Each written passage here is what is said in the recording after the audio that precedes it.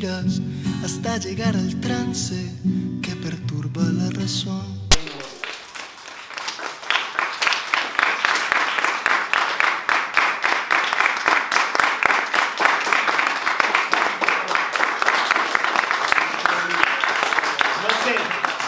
Importa un pito que las mujeres tengan los senos como magnolias o como pasas de higos, un cutis de durazno de papel de lija.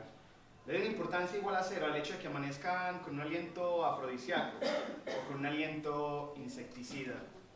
Soy perfectamente capaz de soportar una nariz que sacaría el primer premio en una exposición de zanahorias. Pero eso sí, y en eso soy absolutamente irreductible, no les perdono bajo ninguna circunstancia que no sepan volar. Si no saben volar, pierden el tiempo las que pretendan seducirme. Y quizás fue esa la razón por la que me enamoré de ella, porque ella era una mujer de esas efímeras que se la pasa el día volando de la sala a la cocina, que llega de la calle y entra por la ventana volando. Y cuando uno conoce a una mujer de este tipo, pues se le complica mucho después conformarse con mujeres que tienen las nalgas a 65 centímetros del piso.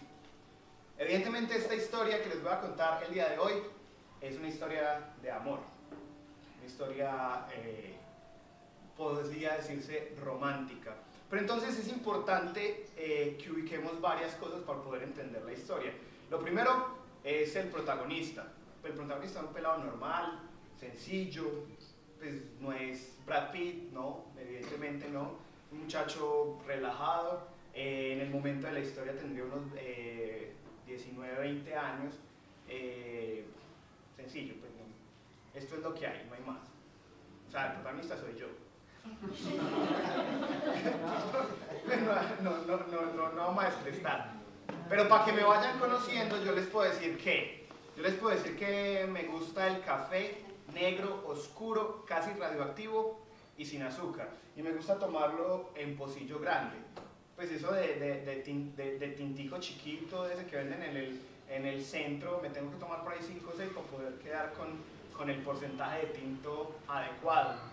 De mí les puedo contar ¿qué más les puedo contar? Soy Géminis, aunque ya no sé porque Fiuco se metió en el asunto, entonces ya no sé si soy Géminis. Eso me rompe todo el ritual que tengo con el horóscopo del ADN, porque ya, no, pues ya quién soy. No, a la vez he sido les puedo decir, sucede con los cuenteros, cuando me dicen, soy Juan Sebastián Gonzalo de Tancur, soy cuentero, lo primero que dicen es, ay, no le crea, debe decir mucha mentira. Yo tengo que decirles que todo lo que yo digo es verdad, sea o no sea cierto. ¿Qué más les puedo decir? Soy un poquito terco. Hay una cosa que con los años se volvió mucho más sencilla contar, una característica mía que ya es más fácil, pero antes cuando este espectáculo inició era penoso, era complicado, era difícil, ustedes no saben lo difícil, porque es que yo hasta mis 25 años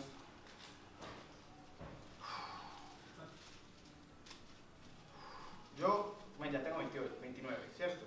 Entonces a los 25, yo hasta los 25, es difícil, todavía es un poquito difícil. Yo no sabía montar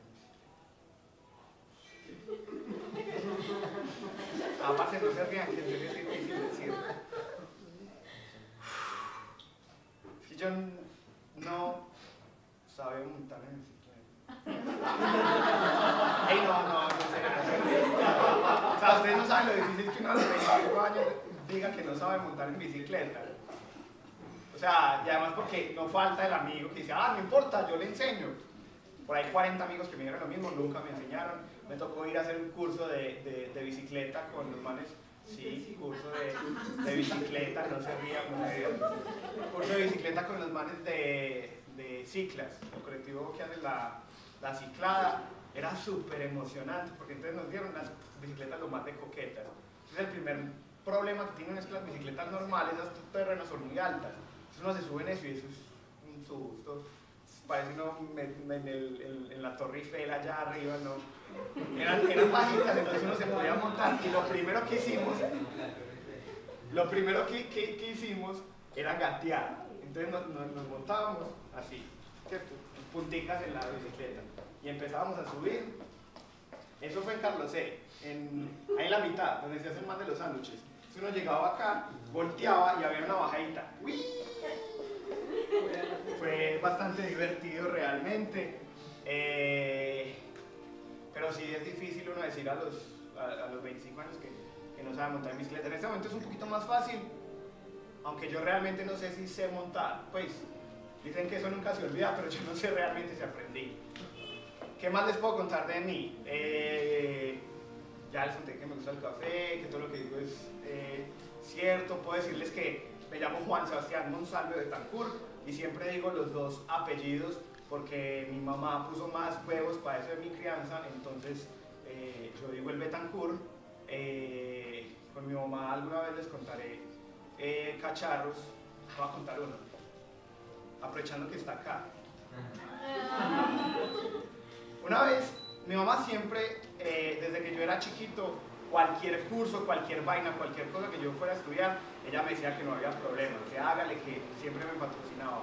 Y ya un poquito más viejo, como de 26, 27 años, yo le dije, ma, voy a hacer un diplomado en clown. Y mamá siempre me ha apoyado, me apoyó a hacer cursos de fotografía, de video, de cuentería, de masajes, de todo. Pero para esta vez no quiso, no. Y en serio fue como, uy, mamá, pero ¿qué pasa?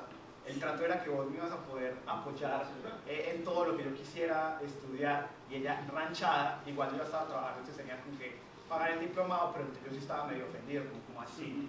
No, el trato fue ese. Ya no se acuerda.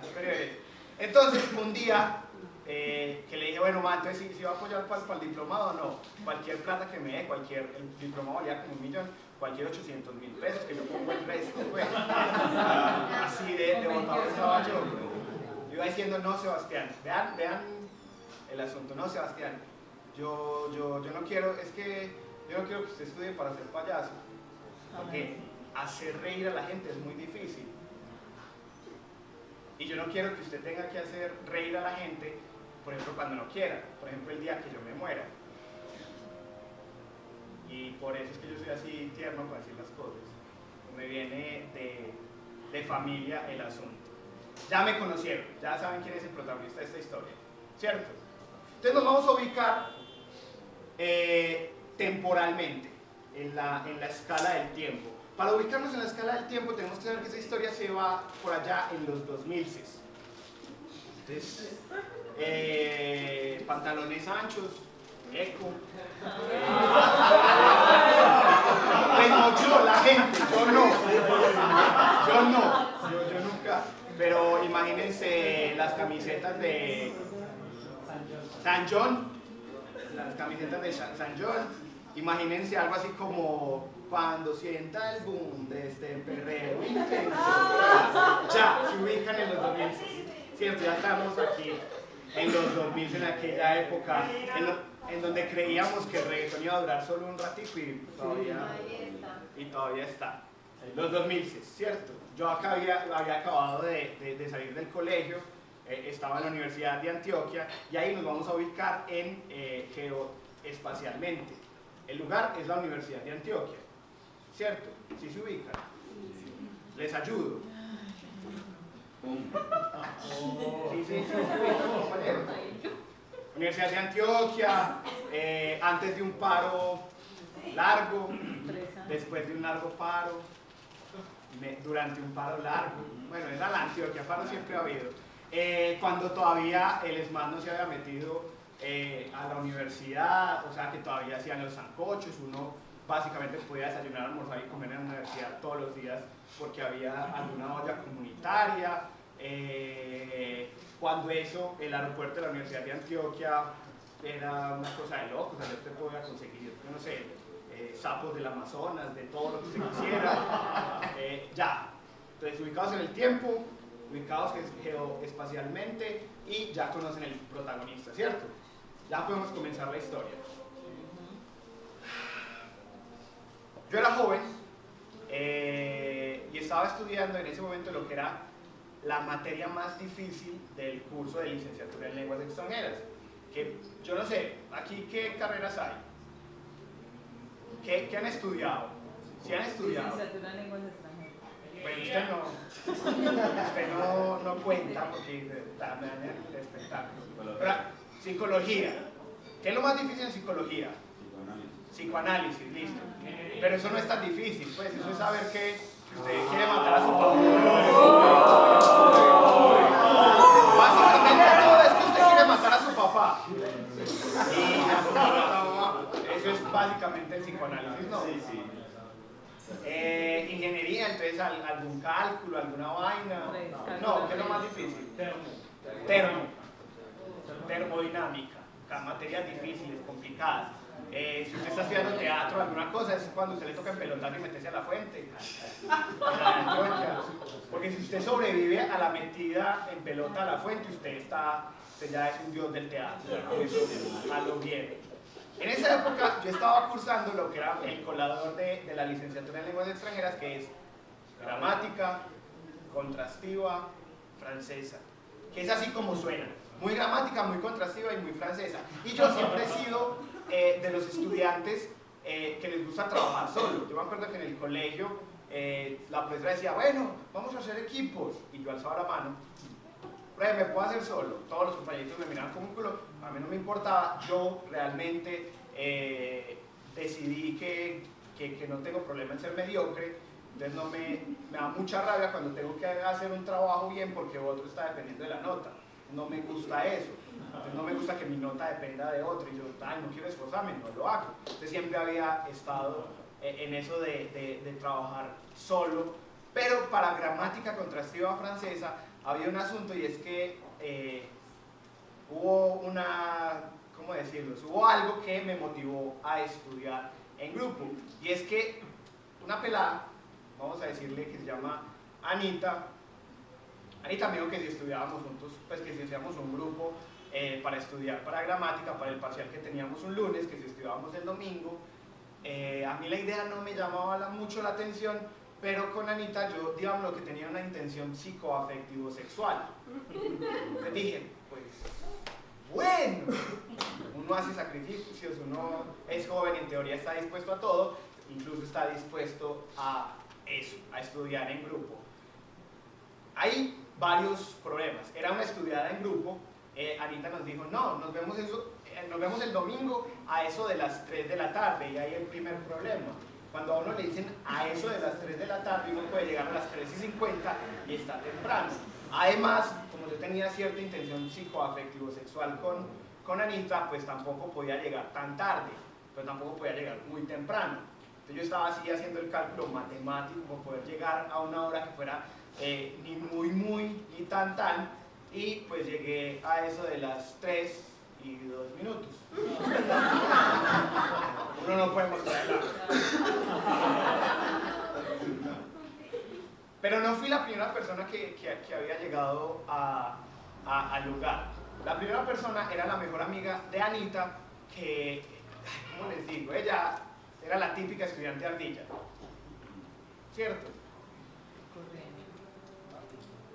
No, eso en psicología lo sabe, no.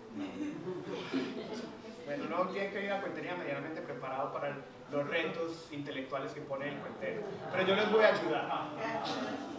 La taxonomía de los estudiantes universitarios reconoce 3 grupos principales, a saber, el primero, los típicos estudiantes ardillas. Los típicos estudiantes ardillas son como las ardillas, ¿sí las han visto? Que todo el tiempo están así pendientes, cogiendo nueces, semillas, y las esconden, se preparan desde la primavera todo el año para poder tener comida en el invierno. Entonces el típico estudiante ardilla es el que el profesor llega a la primera clase y dice, el trabajo final de esta materia va a ser un ensayo argumentativo usando las normas APA, tienen que recurrir a por lo menos 7 fuentes, y deja así. Al día siguiente, la siguiente clase, el típico estudiante ardilla es, profesor, yo ya investigué las normas APA, no me queda claro cómo citar cuando uno está haciendo una referencia. Ese es el típico estudiante ardilla. El segundo grupo es los típicos estudiantes oveja. Oveja. ¿Sí? ¿Se ubican? Como una oveja. ¿Cómo hace una oveja? ¿Cómo hacen las ovejas? Entonces el típico estudiante oveja es el que les acaban de decir todo esto que tienen que hacer y el estudiante dice, vamos a hacer quiz sorpresa. Vamos a aceptar la reforma tributaria. El típico estudiante oveja, el que va con la manada, el que no propone, el que está ahí, el que no hace nada, el que va simplemente con la manada. Y finalmente el tercer grupo es el típico estudiante lobo. Los lobos solo salen a cazar cuando es su última oportunidad. Es decir, el lobo o caza o se muere. Ya cuando está flaco así, tan va y caza, y si no, se murió. El típico estudiante lobo es el que tiene el trabajo final con el ensayo argumentativo, fuente zapa, y lo tienen que entregar un miércoles a las 2 de la tarde y son miércoles a la 1:30 y él está mandando un correo. Profe, a ver si me da un tiempito, es que tengo un problema con la impresora.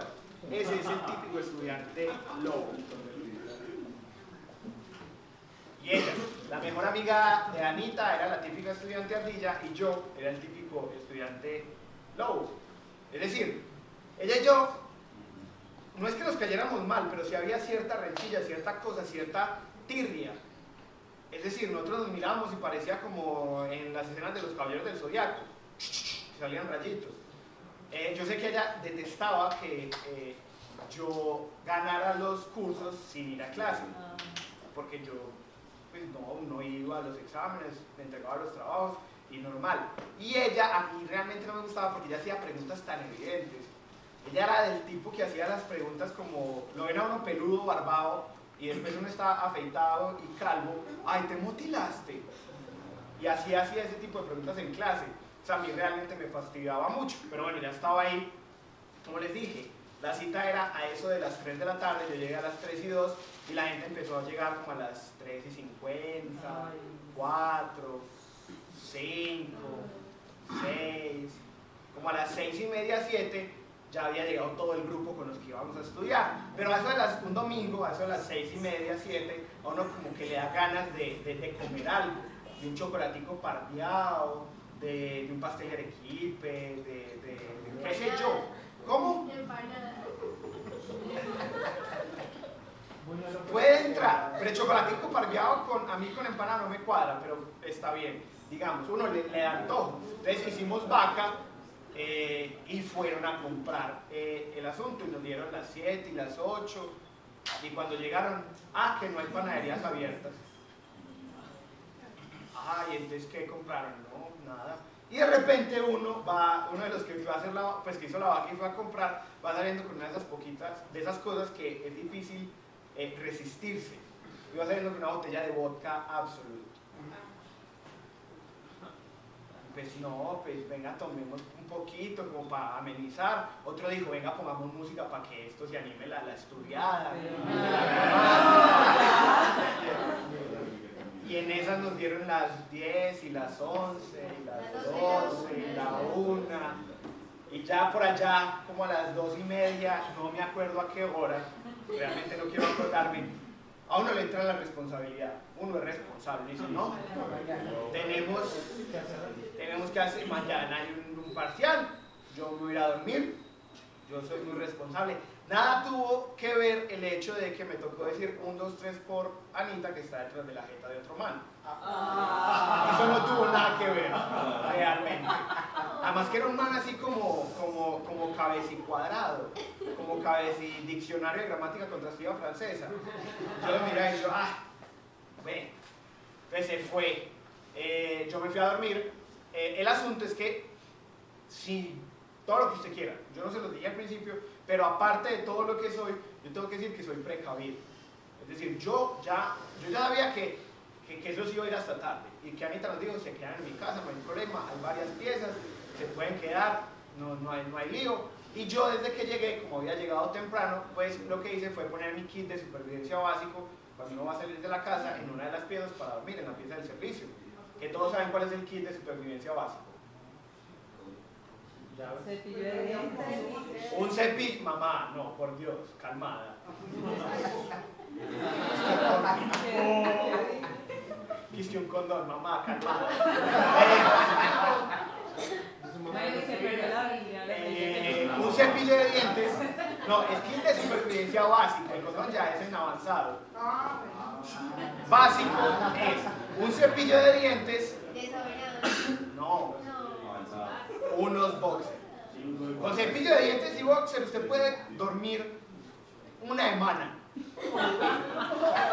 Los boxers se los quita en la ducha, los lava, los pone a secar, eso no hay problema, se los pone los otros, los que están de repuesto, y a lo bien. Uno la ropa, ¿no les ha pasado que se pone la ropa y llega a la casa, veo y no vi a nadie importante, esta ropa me la voy a ver mañana, me la voy a poner mañana?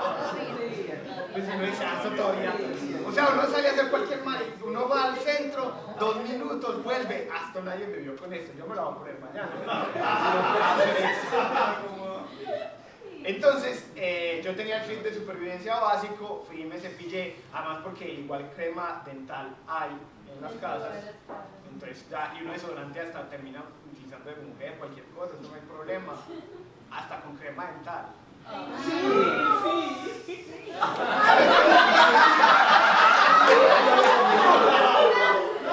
En momentos de embale, yo me he visto embalado después de almorzar.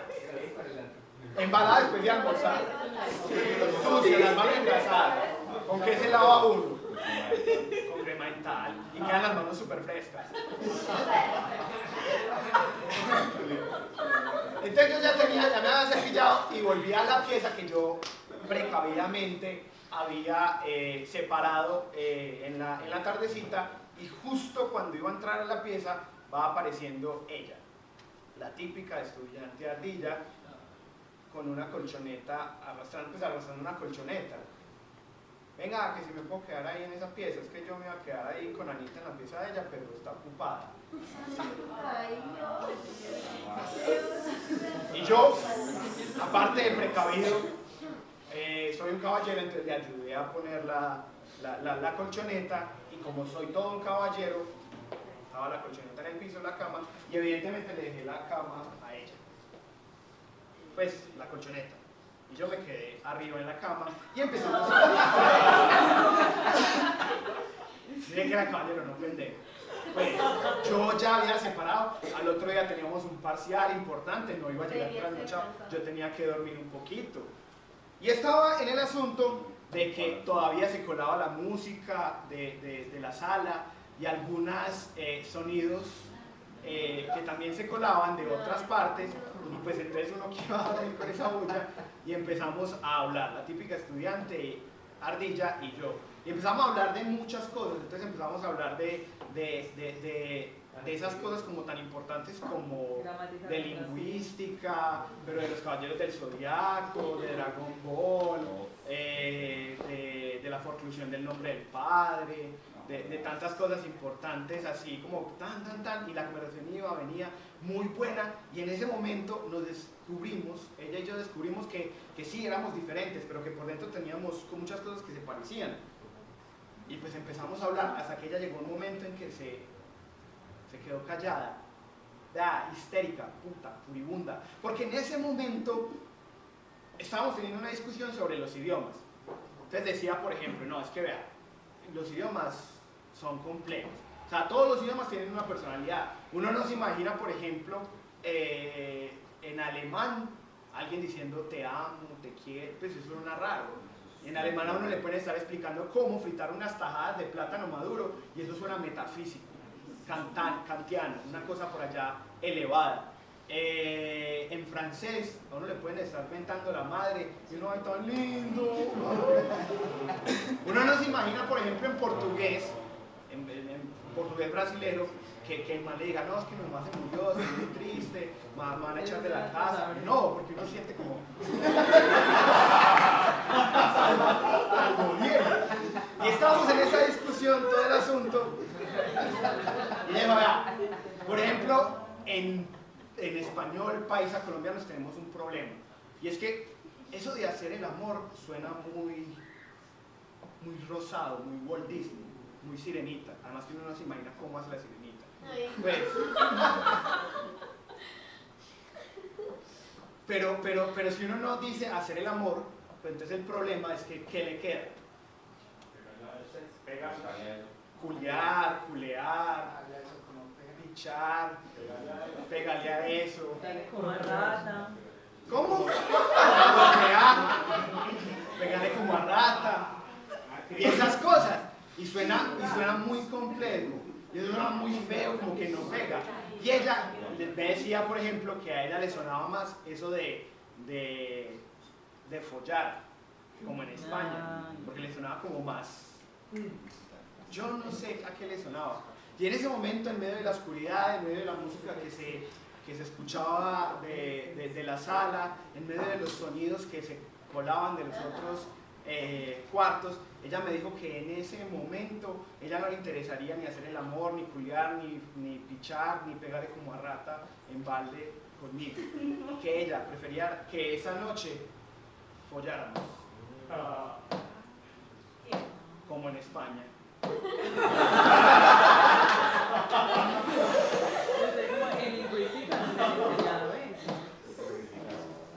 Efectivamente pasó lo que ustedes están pensando, señoras y señores. Nos tiramos el parcial al otro día. Literal y figurativamente. Nos lo tiramos. Vea, tan mal nos fue. ¿A qué creyeron? ¿Qué les iba a decir?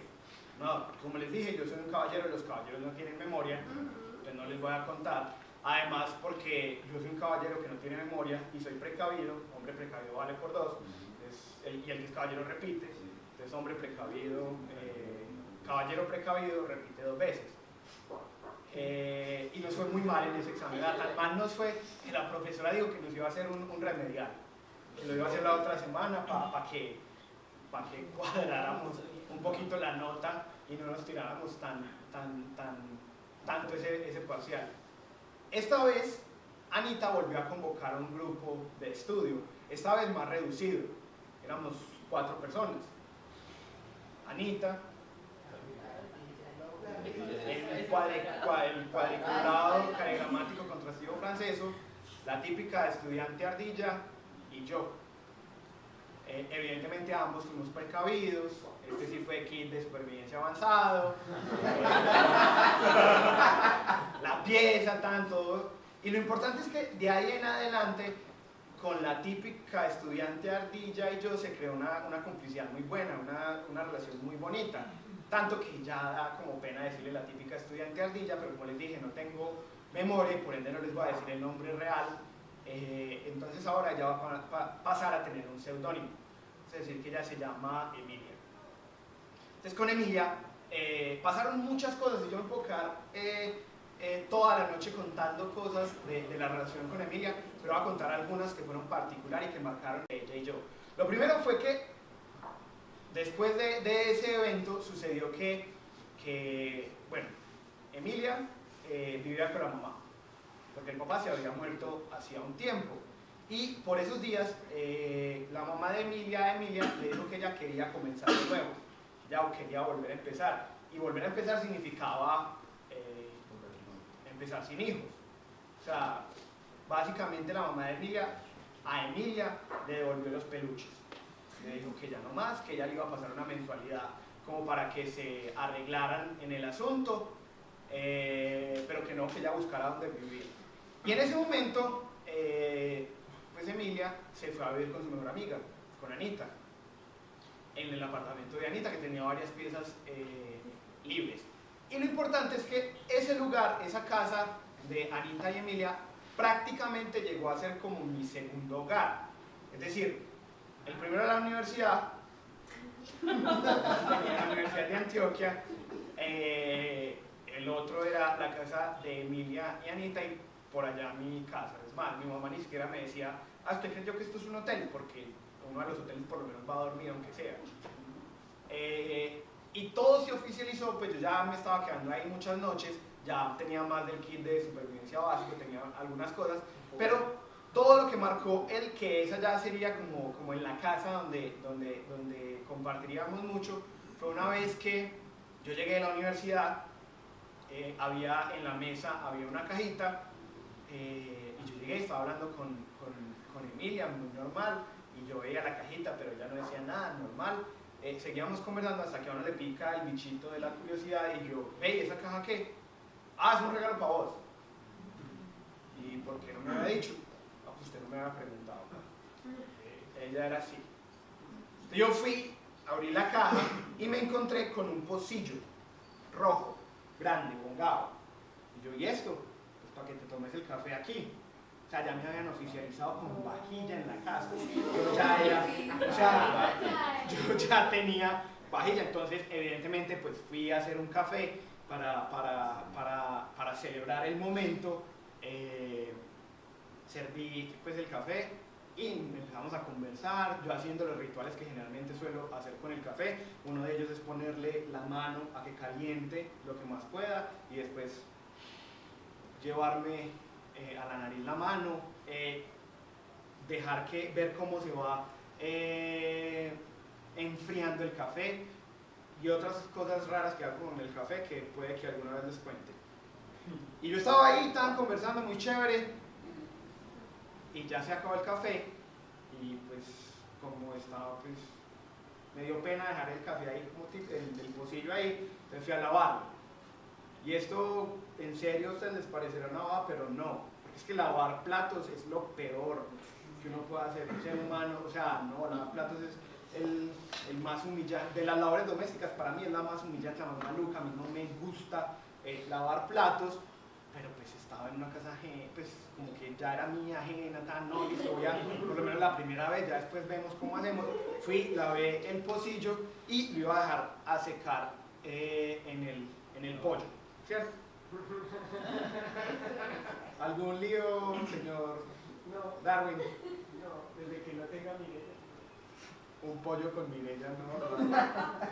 Entonces estaba ahí, yo iba a poner el pocillo así que se secara y de esas cosas que suceden en la vida, cuando iba a ponerlo, el pocillo hizo un extraño movimiento en mi mano, como que se lisó y en ese momento empezó a caer. Y yo miraba el pocillo que caía y la miraba a ella, con esa mirada de 38 largo, estaba a punto de dispararme. Y caía el pocillo, yo la miraba a ella, y caía, y ¡tan! Cayó.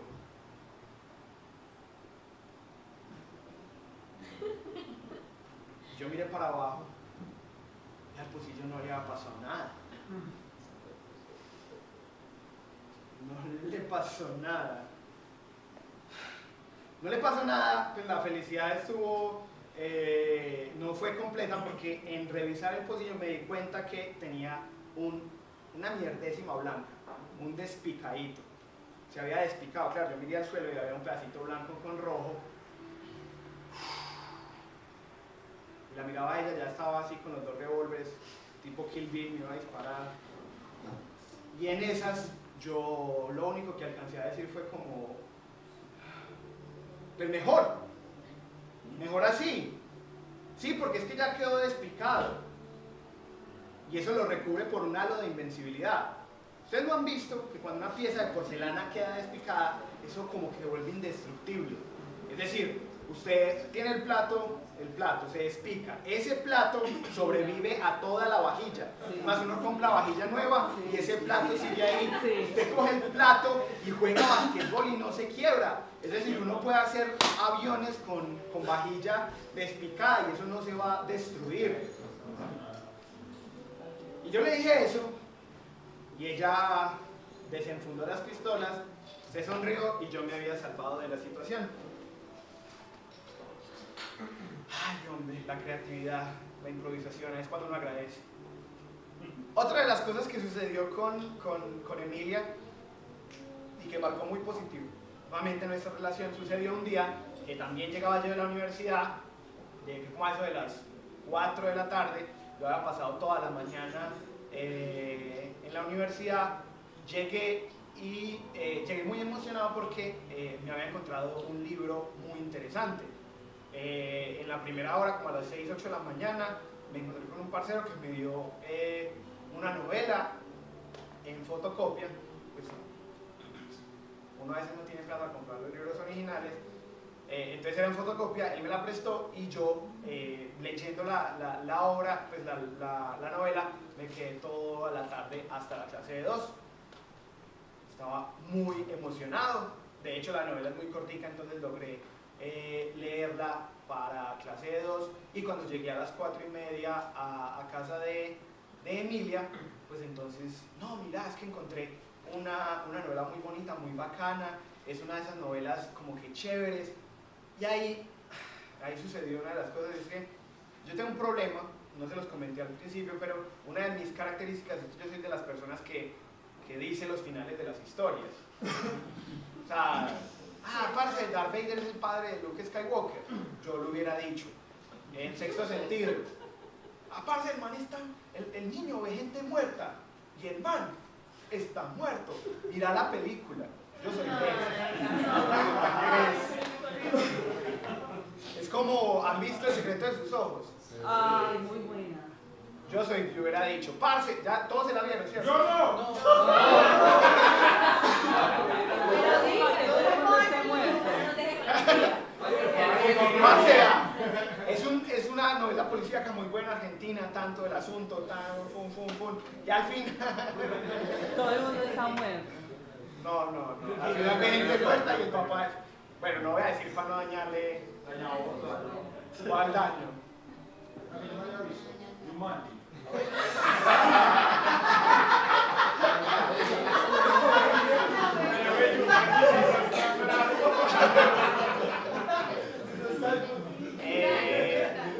Paseo 3.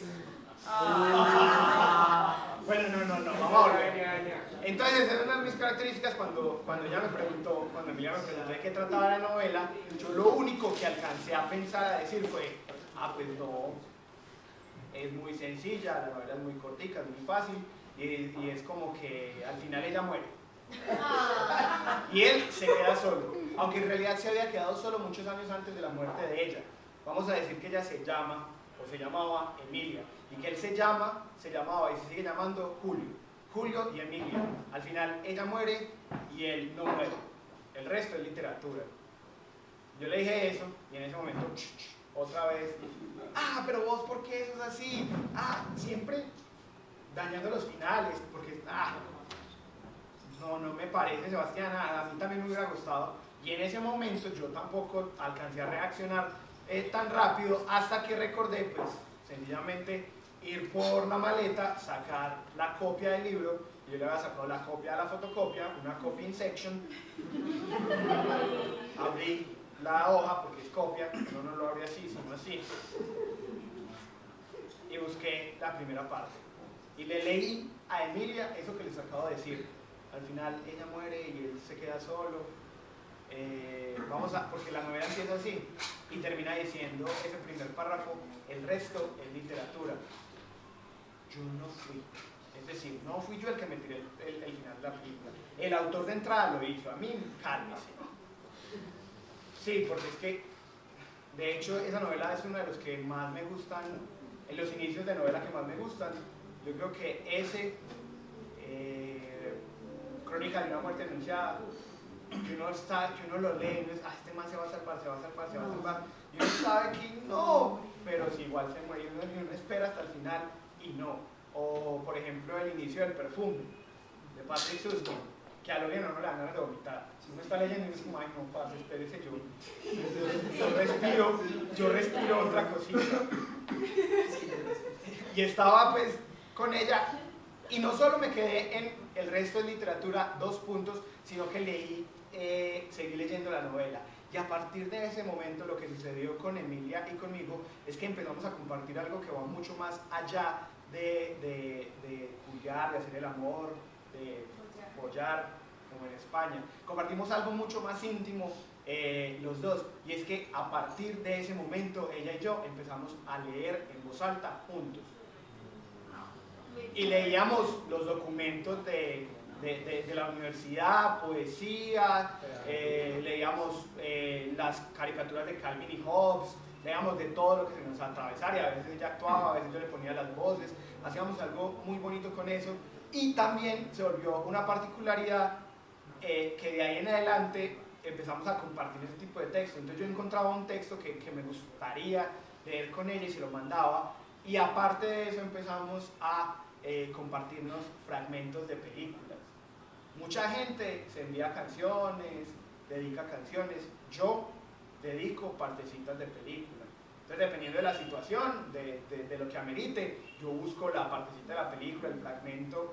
Dios mío, gracias a YouTube que permite hacer eso, lo busco y se lo mando a las personas, independiente de la situación. Entonces con ella empezamos a hacer ese intercambio de cosas. Recuerdo, por ejemplo, que una de las cosas que compartimos fue Canción del Amor Sincero, de Raúl Gómez Hattin, que en esa época me lo sabía, pero ya yo creo que el tiempo hizo que lo olvidara, pero decía algo más o menos como: prometo no amarte siempre, ni serte fiel hasta la muerte, ni caminar tomados de la mano, ni besarte apasionadamente siempre. Juro que tu pelo será fastidioso en mi cara y que algunas veces me cansaré de tu sexo y tú te casarás del mío. Y está en esa discusión y al final le dice: y después de todo esto, ahora sí podrás creerme que te amo. Y entonces era el juego. Ya me mandaba, por ejemplo, la escena de Corazón de Caballero, Knight's Tale, con Heath Ledger, antes del Guasón, pues, sí, ubica. Corazón de Caballero, Heath Ledger, que él es un caballero, pues no es un caballero, es un hijo de un techador, pero entonces hace un chanchullo y se vuelve caballero, y llega un momento en que le está escribiendo una carta a la enamorada. Entonces ella me mandó el fragmento de eso, de la carta, porque la construyen entre todos. Entonces era, ay, qué chévere, tan. Yo recuerdo haberle mandado un fragmento de Tu vida en 65 minutos. ¿Conocen la película? Parce, al final. ¿Se la van a ver? No. No. ¿Dónde se consigue? La Tu vida en 65 en internet, YouTube. En YouTube está, usted la puede encontrar. O si no, por allá en la playa, en el pasaje, en el segundo usted entra. Antioquia en estreno. En el aeropuerto. Es que en la teoría ya mejoró mucho el cine. Pero pirata no sé. No, pero los piratas ya no son tan buenos. Pero si usted entra a la playa, hay como en el segundo piso, en ese paseo de la playa, en el segundo piso es el paraíso. O sea, usted puede encontrar hasta, yo no sé, desde el paseo 3 hasta la película de Checoslovaquia, por allá, cine mudo, en blanco y negro. En Tu vida en 65 minutos es una historia muy bonita, no se las voy a contar del todo, pero entonces hay un protagonista que conoce una chica. Bueno, esa chica es hermana de alguien que se muere. Y ellos van a ese velorio porque creen que ese que se murió es un amigo de ellos, pero resulta que no. Pero igual que hacen amigos y ya pues uno después, ay no, me equivoqué de velorio, no, ay qué pena, me equivoqué de puerto, devuélvame los Ave María, no. Entonces se hacen amigos, pasan muchas cosas. Ella le dice, por ejemplo, que en el colegio, hablan del colegio, le dice que un profesor les ponía a hacer las composiciones típicas de colegio de vacaciones. Mis vacaciones en 65 palabras, la Semana Santa en 65 palabras, el Niño Dios en 60, eso. Y por eso llega un momento en que el man está toda la noche en la calle, por razones del destino se quita la camisa y llega a donde ella sin camisa. El man es españolito así con unos rulitos los más de coquetos, unos ojos así súper bonitos, y se sienta, toca la puerta, ella le abre, es un sótano, por ende él queda hacia arriba, ella queda hacia abajo, y empieza así con un acento español, ¿cierto? ¿Por qué te quiero en 65 palabras? Te quiero porque entiendes cómo soy, te quiero porque a ti te puedo contar lo que a nadie le puedo contar, te quiero porque me preguntaste cuántos años tenía cuando murió mi padre, y eso nunca antes me lo había preguntado nadie. Te quiero tanto que creo que a tu lado mi vida cobrará sentido. Te quiero tanto que me gustaría, y en ese momento se hace una pausa dramática, el man se queda en silencio y uno lo mira como, ay, yo hasta se lo doy. Y la vieja ahí, ¿qué te gustaría? No sé, 65 palabras son muy pocas. Entonces eso era lo que nos compartíamos, ella y yo. Sí. Y yo les dije que esto era una historia de amor, ¿cierto? Sí. Esto es una historia de amor y pues las historias de amor se acaban. No. Y esta historia de amor se acabó. Evidentemente, ustedes aquí no ven a alguien que tenga cara de estudiante ardilla, o sí, que me esté acompañando en este momento. Uy, ardilla lobo. Y todo acabó porque en un momento, como que nos surgió uno estudiar licenciatura en lenguas extranjeras, como que de entrada uno dice, yo me quiero ir a viajar a algún lugar. Y a mí yo tenía muchas ganas de irme para Canadá, para la parte francesa, a un programa en donde podía estudiar inglés y francés, vivir en una parte francesa, pero compartiendo con personas en inglés. Entonces era para mí muy emocionante eso. Y ella le sonaba más eso y dice, para España.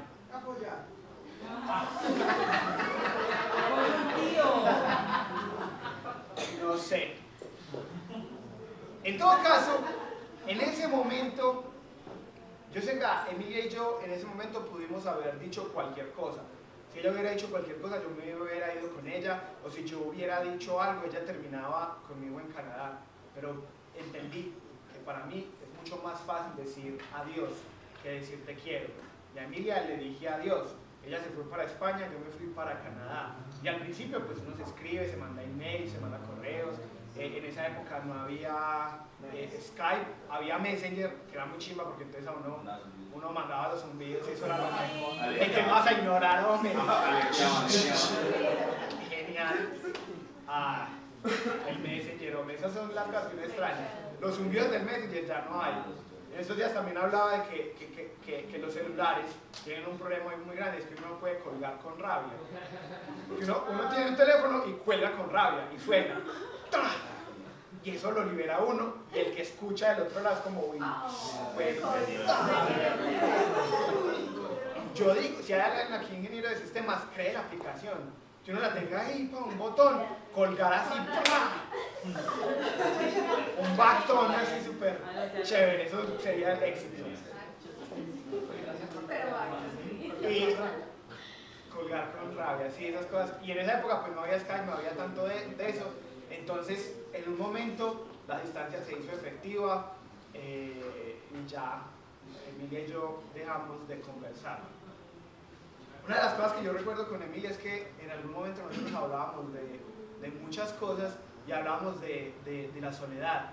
Y ella y yo nos dimos cuenta que éramos dos soledades que se compartían, dos soledades que habían aprendido a vivir en medio de ese barullo de las multitudes, del barullo que te dice que hay un happy ever after de un Walt Disney, que habíamos aprendido a compartirnos y que nuestra soledad se complementaba y que finalmente nos compartíamos a ratico, pero que esencialmente éramos soledades.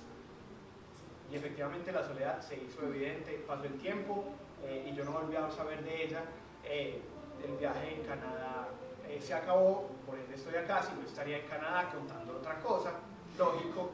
Y cuando yo volví, yo estaba en la mitad de mi carrera y en ese momento hice un freno, no, yo no me puedo graduar de 20 años, yo me voy a graduar de 22 años para trabajar hasta los 60, 70 y no me sonaba la idea y empecé a hacer un montón de cosas y entre las cosas que empecé a hacer fue meterme en cuentería que me ha permitido, sí, también, me ha permitido ¿qué tienes para eso? actos fallidos, el inconsciente que habla. Y que me ha permitido muchas cosas, viajar, compartir, contar historias, conocer otros cuenteros, conocer otras formas de ver el mundo, conocer también Emilias, Anitas, no voy a mencionar nombres, otras, no, tampoco, pues llegué hasta 5, normal. Y una de las cosas que me ha permitido, como les dije, era contar en varios lugares y vamos a hacer ya como para terminar, vamos a irnos hacia, yo diría que el final de esta historia. Y es que un día estábamos contando en la fiesta del libro allá en el Jardín Botánico y resulta que yo había salido del Jardín Botánico por la rotonda, ¿cierto? Iba hacia afuera y en esas de que uno no se sospecha, uno no sabe qué es lo que va a pasar, de repente voltea y ve una cara conocida. Yo hago un primerísimo plano y veo un rostro conocido y empiezo a abrir el plano y veo un cuello conocido, veo conocidas, veo un torso conocido, veo unas manos conocidas que se posan sobre un carrito de bebé. Y abro más el plano y veo una cara de un bebé con esa cara conocida patentica. Y abro ya más el plano y veo un tipo con una cara no tan conocida. Y a mí fueron muchas cosas las que sucedieron, se me agolparon muchos sentimientos, porque era revivir una historia. Hacía mucho tiempo que yo no veía ese rostro conocido. Hacía por ahí 4 o 5 años que yo no había visto a Anita. Y entonces era bastante interesante volver a encontrarme con Anita, acercarme a preguntar. Cuando me acerqué me di cuenta que el rostro del man sí efectivamente lo conocía. Era el care cuadriculado aquel. Y yo hablábamos que ellos se habían casado, que estaban trabajando, como los profesores de idiomas, trabajan como en 15 partes, que son así de Suripán, entonces ellos trabajan en un colegio privado, en un colegio público, en un instituto, los fines de semana trabajan en programas de inglés de universidades, entonces estaban súper explotados y que habían tenido un bebé. Y ya, qué bien, tan. Y en ese momento que estábamos hablando, el bebé hizo tosió. Y pues ahí se dieron cuenta que era el momento de irse para casa porque el Capitán Sereno iba a atacar. Entonces los papás muy responsables decidieron llevarse a su hijo. Y en ese instante a mí se me ocurrió la pregunta que se me debió haber ocurrido desde el principio. Ustedes que saben de Emilia. Y en ese momento el rostro de Anita cambió. El care cuadriculado, gramático franceso, me tomó del hombro. Anita se fue con la bebé y me dijo que si yo no sabía, que si yo no me había enterado. Por eso estoy preguntando, si no, pues no te preguntaría. Y me dijo que si yo no me había enterado, si yo no sabía que Emilia, la típica estudiante ardilla,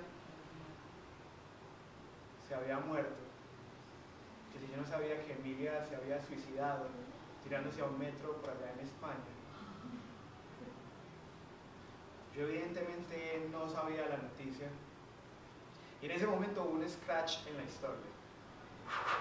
Yo recuerdo que ellos se fueron y yo seguí caminando por Carabobo. Y en algún momento paré un taxi.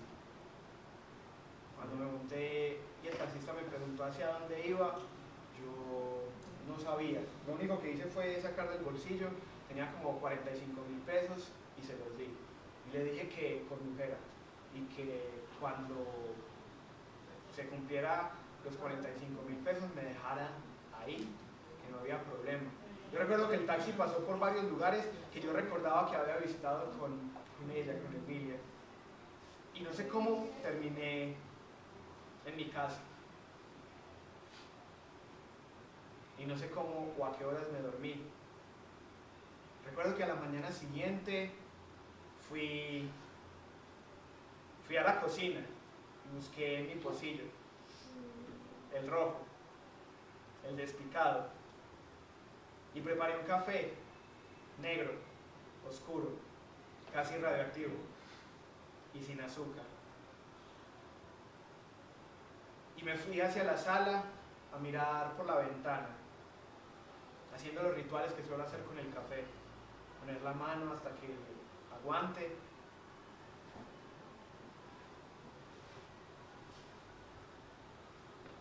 Y ahí me quedé no sé cuánto tiempo, esperando como entender el asunto.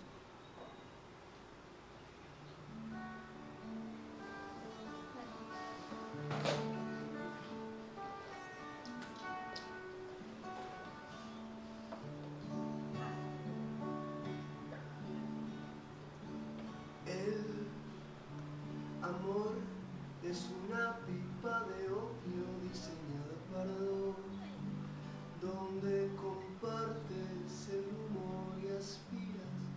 hasta llegar al trance que perturba la razón y pierdes el control y la divinidad. Recargas tu revólver y sales a matar. Te cortas de raíz, sueñas con ser mortal. La luna no te sigue si sales a caminar.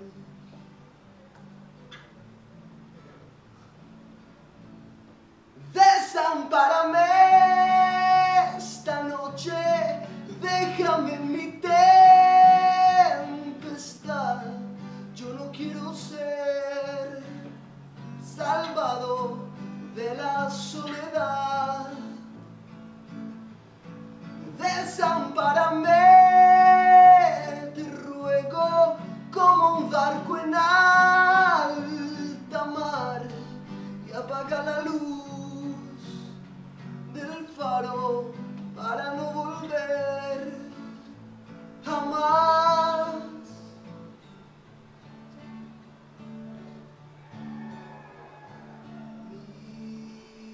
Mírame y guárdame en tu memoria como una alucinación.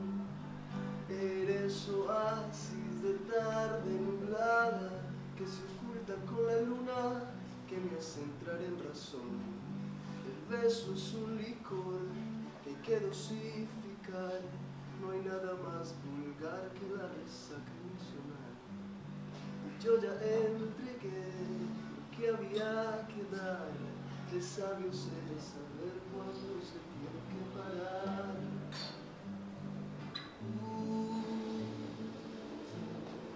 Desampárame esta noche, déjame en mi tempestad.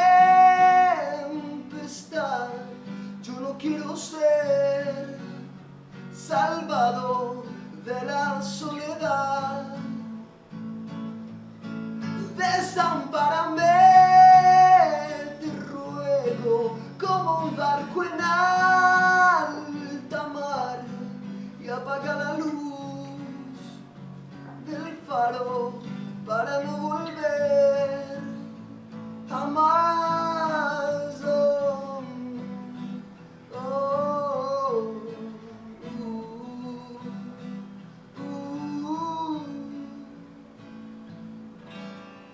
Desampárame esta noche, déjame en mi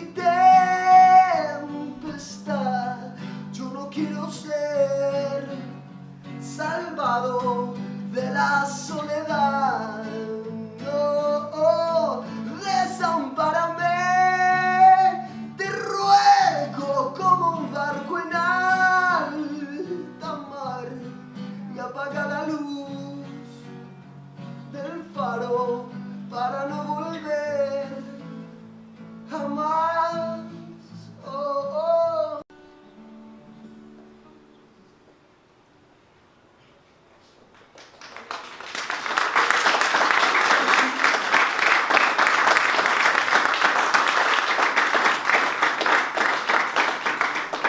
En ese momento, mirando mi pocillo rojo, el despicado, tomándome un café negro, oscuro, casi radioactivo y sin azúcar, me di cuenta que eso es la vida, uno ir caminando y dando tumbos, y a veces uno se cae y se da contra el suelo, tan duro que queda despicado, pero con ese despicado lo que uno prueba es que se ha convertido en alguien invencible.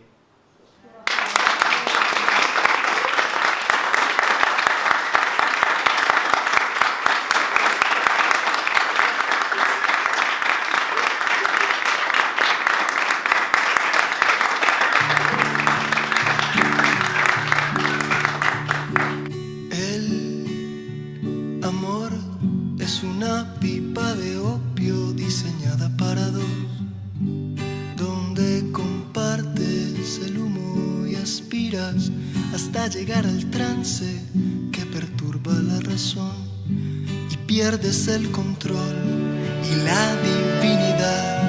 Recargas tu revólver y sales a matar. Te cortas de raíz, sueñas con ser mortal. La luna no te sigue si sales a caminar.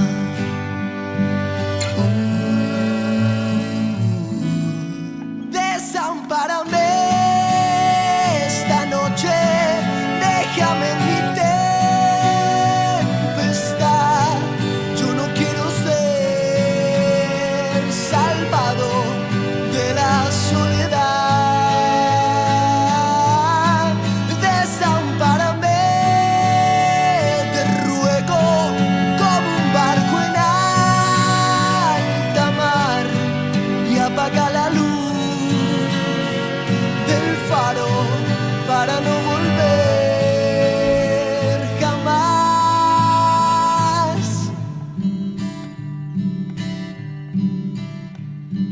Mírame y guárdame en tu memoria como una alucinación. Eres oasis de tarde nublada que se oculta con la luna, que me hace entrar en razón. El beso es un licor que hay que dosificar. No hay nada más vulgar que la resaca emocional. Y yo ya entregué lo que había que dar. De sabios es saber cuándo se tiene que